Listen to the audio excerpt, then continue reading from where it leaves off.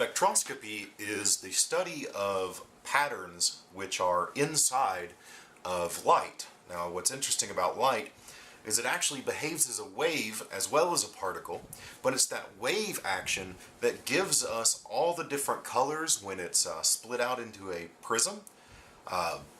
Red, orange, yellow, green, blue, indigo, violet, Roy G. Biv, you should be familiar with that. But it's also interesting that light is not just what we see. It's every wavelength on the electromagnetic spectrum, all the way from gamma waves to radio waves. But when we split apart that wave of light and look at the individual wavelengths, we start to see gaps in it if we look at different stars or different substances.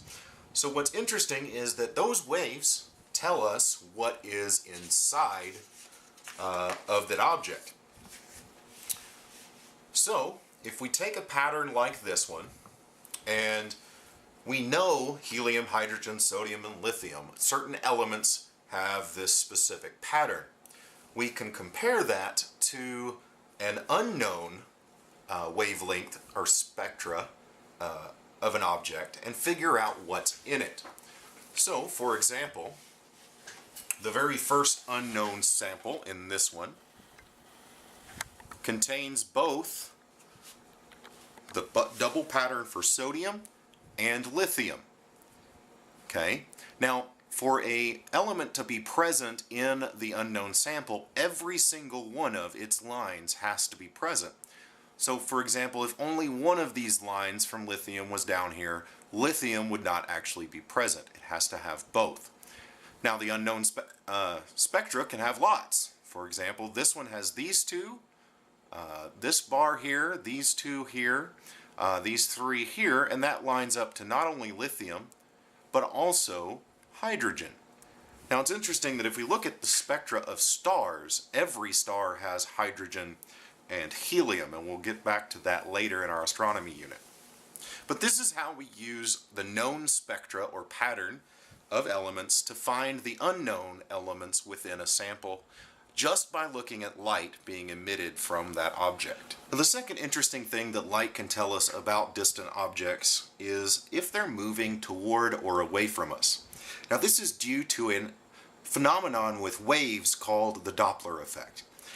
This effect, when an object is moving and emitting a wave, whether it be light or sound or some other wave, if it's moving toward you, the waves in front of it kind of get bunched up and squished, while the waves behind it get stretched out. So if you're watching it move away from you, the wavelengths get stretched, and if it's moving toward you, the wavelengths get squished. Now with sound, this is really interesting because it makes a high-pitched sound when it's moving toward you and a low-pitched sound when it's moving away. This gives you that classic NASCAR sound where the car driving towards you sounds high-pitched, and then when it turns and goes away from you, it slows down, not slows down, but the pitch lowers. So you get that meow sound that is the Doppler effect in action. Now what's interesting about the Doppler effect and light is that light can also get scrunched up or stretched out. And we know that every star has specific elements in it like hydrogen and helium. So every star, no matter what we're looking at, we know those elements are in it. And if we look for the patterns that every star has, sometimes those patterns are shifted left towards the blue end of the spectrum, the smaller wavelengths, or shifted towards the red end, which is the larger wavelengths. So we wind up with this pattern that we find in the stars, but not where it's supposed to be, moved one way or another, up or down the wavelengths. So if that pattern is moved towards the blue, that's towards the smaller end, so that star is moving toward us. The wavelengths get squished up, and that shifts the pattern from the elements towards the blue end. So we call that blue shifted.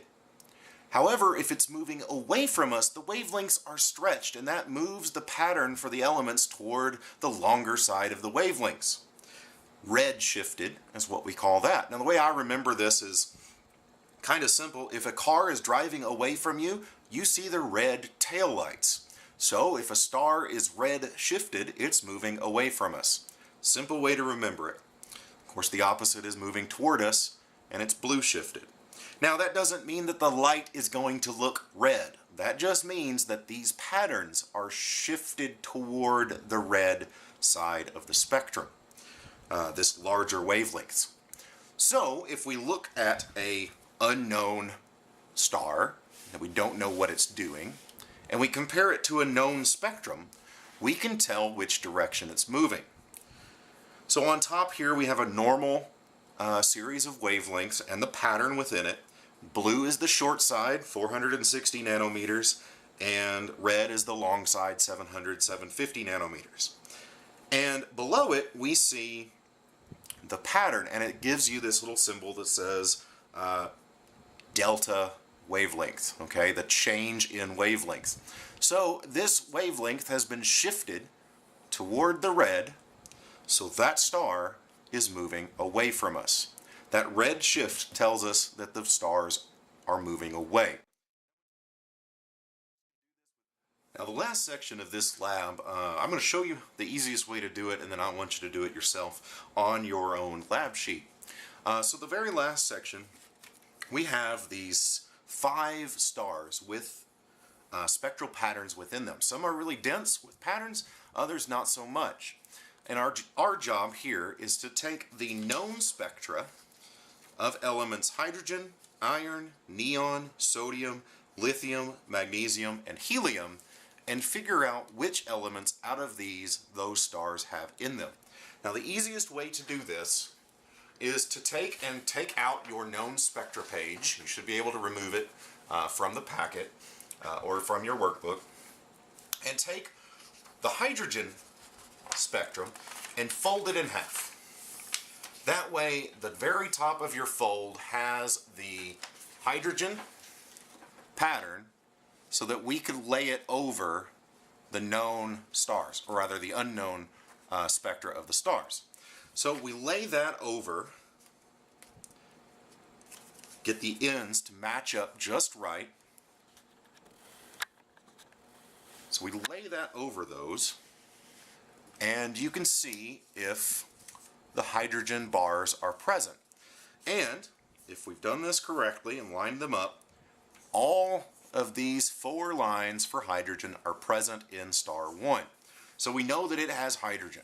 So we can write H for hydrogen down at star 1. Now we drag this down to star 2, and sure enough, star 2 also has hydrogen. Now if you were listening earlier, you know that all stars have hydrogen. Hydrogen is the simplest atom.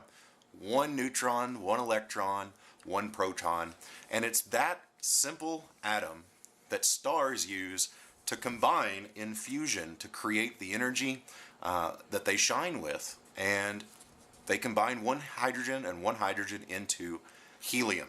So typically all stars are going to show hydrogen. Okay, so once we've gotten all the stars listed and looked at with the hydrogen, that's good practice. Let's look at the iron. So we're going to take iron next and fold it down, just like we did the hydrogen. Fold it so we can lay it over the stars. Okay? Now, right off the bat, I know that star 1 does not have iron because this bar for the element is not present in the star. Even though this one is, and these are, because there are some of the iron bars missing, that means that star does not have iron. Okay, so if we go down to star 2, we can compare it, and sure enough, it does have iron. Now, this dark thick line in the star does contain the small lines of iron. So just because it's a big thick line and that's not what the iron has, that doesn't mean it doesn't have iron. That just means that it has something else that's bunched up with this one here and making a big thick line in the star. So it does have these thin lines inside the dark thick line of the star. So star 2 does have iron, but star 1 doesn't. So you're going to keep doing this. Fold each of the known elements down and move that sheet down the star list until you figure out all the elements that are present in those stars.